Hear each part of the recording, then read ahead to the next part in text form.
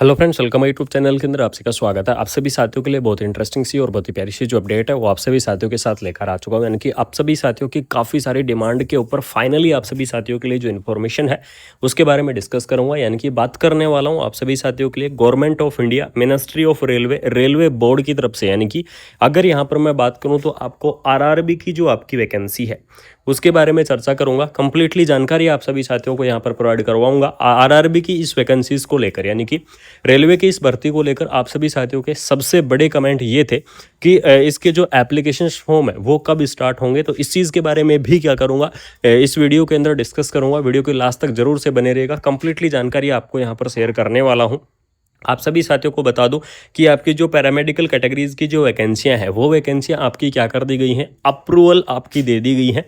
Railway recruitment board की तरफ से अप्रूवल आपको दे दिया गया है। इसके अंदर देख लीजिएगा, approved vacancy of the paramedical categories to be notified in 2026। यानी कि 2026 के लिए आपकी वैकेंसियां यहाँ पर अप्रूव कर दी गई हैं। टोटल आपकी यहाँ पर 600 यानी कि 600 प्लस आपकी जो वैकेंसी हैं वो आपको देखने को मिल जाएंगी पैरामेडिकल कैटेगरीज की। और इसके अंदर आपको जो ये 600 वैकेंसियां हैं ये आपकी 9 अलग अलग कैटेगरीज के अंदर क्या किया गया है, इसका जो डिवाइडेशंस है वो आपका यहाँ पर किया गया है। सबसे पहले डिटेल में बात कर लेते हैं वन बाय वन करके, उसके बाद में बात करूंगा कि एप्लीकेशन फॉर्म कब स्टार्ट होंगे और इस भर्ती को कब कंप्लीट करवाया जाएगा। ठीक है, सबसे पहले देख लीजिएगा डायलिसिस टेक्नीशियन की आपकी जो वैकेंसी है वो आप सभी साथियों को यहाँ पर क्या की गई है, प्रोवाइड करवाई गई है।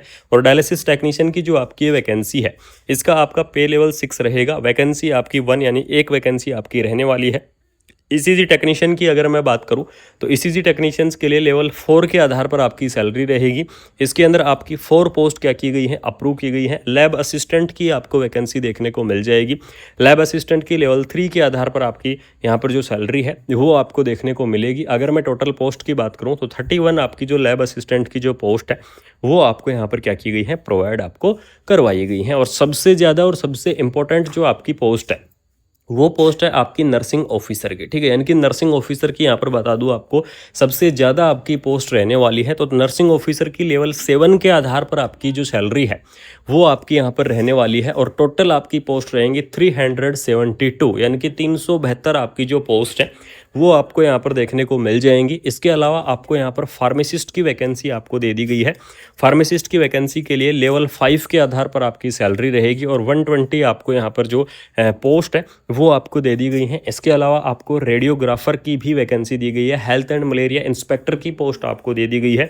ऑप्टोमेट्रिस्ट की वैकेंसी भी आपको दे दी गई है। और ऑडियोलॉजिस्ट या फिर स्पीच थेरेपिस्ट की भी आपकी वैकेंसी क्या की गई है, प्रोवाइड आपको करवाई गई है। इस प्रकार से आपकी 600 प्लस आपकी जो वैकेंसियां हैं वो आपको देखने को मिलेंगी। एज लिमिट की अगर यहाँ पर मैं बात करूँ तो मिनिमम एज लिमिट आपकी 18 ईयर और मैक्सिमम एज लिमिट आपकी 30 ईयर। 18 से 30 ईयर तक के जो कैंडिडेट है वो इस वैकेंसीज को अप्लाई कर पाएंगे। इसके अलावा आपका रिलैक्सेशन रहेगा, जो कि आपका अलग अलग गवर्नमेंट वाइज रिलैक्सेशन आपको देखने को मिलेगा। जैसे कि मैं ओबीसी कैटेगरी की बात करूं तो ओबीसी कैटेगरी के लिए आपको 3 ईयर का रिलैक्सेशन रहेगा। एससी और एसटी कैटेगरी की बात करूँ तो आपको 5 ईयर का रिलैक्सेशन रहेगा। और पीडब्ल्यूडी कैंडिडेट की अगर मैं बात करूँ तो आपको 10 ईयर का रिलैक्सेशन है वो आपको यहाँ पर देखने को मिल जाएगा। तो इस प्रकार से आपका रिलैक्सेशन रहने वाला है। सबसे इंपॉर्टेंट बात करेंगे कि आपका यहाँ पर जो एप्लीकेशन फॉर्म कब स्टार्ट होंगे और ये भर्ती कब कंप्लीट करवाई जाएगी। ठीक है, तो सबसे पहले आपका क्वेश्चंस ले लेते हैं कि ये भर्ती आपकी कब कंप्लीट करवाई जाएगी। तो आप सभी साथियों को बता दूं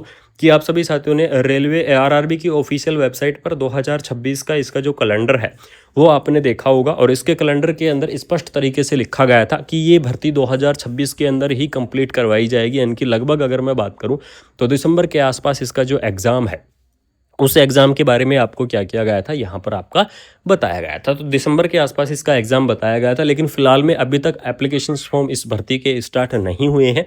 और यहाँ पर जो इन्फॉर्मेशंस मिल रही हैं या फिर आरआरबी की इस भर्ती के लिए जो संभावनाएं हो रही हैं वो आपको मैं बता देता हूँ कि इस भर्ती के एप्लीकेशन फॉर्म की संभावनाएं हो रही हैं सितंबर मिड के अंदर। या तो आपकी क्या होंगी, सितंबर मिड होगी या फिर आपकी अक्टूबर 1 के आसपास इस भर्ती के एप्लीकेशन फॉर्म की जो स्टार्टिंग की सूचनाएं हैं वो आपको मिल रही हैं। और आप सभी साथियों को बता दूं कि इस भर्ती का आपका सिलेक्शन होगा सीबीटी एग्जाम के आधार पर, कंप्यूटर बेस्ड टेस्ट के आधार पर आपका जो सिलेक्शन है वो आपको देखने को मिल जाएगा।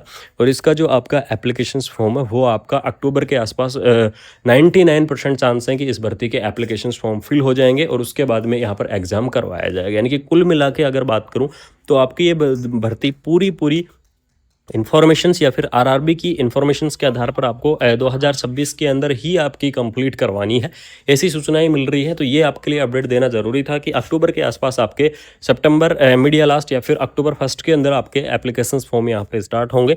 आप अपनी तैयारियों के अंदर जुट जाना, क्योंकि आपका जो सिलेक्शन है वो सिलेक्शन आपका सीबीटी एग्जाम के आधार पर होगा। तो अगर आपको इन्फॉर्मेशन अच्छी लगी, आरआरबी की आप सभी साथियों की डिमांड के ऊपर आपकी ये इन्फॉर्मेशन मैं लेकर आया हूँ। तो अगर आपको इन्फॉर्मेशन अच्छी लगी तो वीडियो को शेयर कर देना, ज़्यादा से ज़्यादा वीडियो को फैला देना, चैनल को सब्सक्राइब करके बेल आइकन को प्रेस कर देना। बाकी मिलते हैं कोई नई अपडेट के साथ, कोई प्यारी सी और शानदार सी